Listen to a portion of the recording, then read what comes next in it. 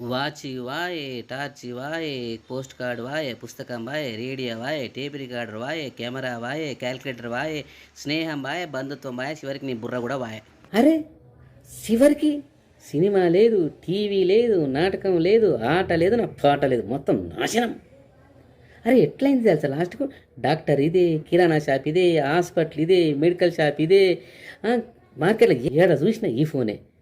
అరే ఈ ఫోను మనిషి మాత్రం పిచ్చోడవుతుంది, కానీ ఈ ఫోను రోజు రోజుకి ఇంకా స్మార్ట్గా తయారవుతుంది. అరే ఏం పిచ్చిరా బాబు ఈ ఫోన్ పిచ్చి. జర అమ్మ నాన్నతో మాట్లాడుర్రి, పిల్లలతో మాట్లాడుర్రి, దోస్తులతో బాతకాన కొట్టుర్రి. అవసరమైతేనే ఫోన్ వాడండి, కానీ అన్నిటికీ ఫోన్ వాడకండి. ఈ ఆటల కోసము కాలక్షేపాని కోసం మొబైల్ వాడారనుకోండి, దానికి మీరు బానిస అయిపోతారు.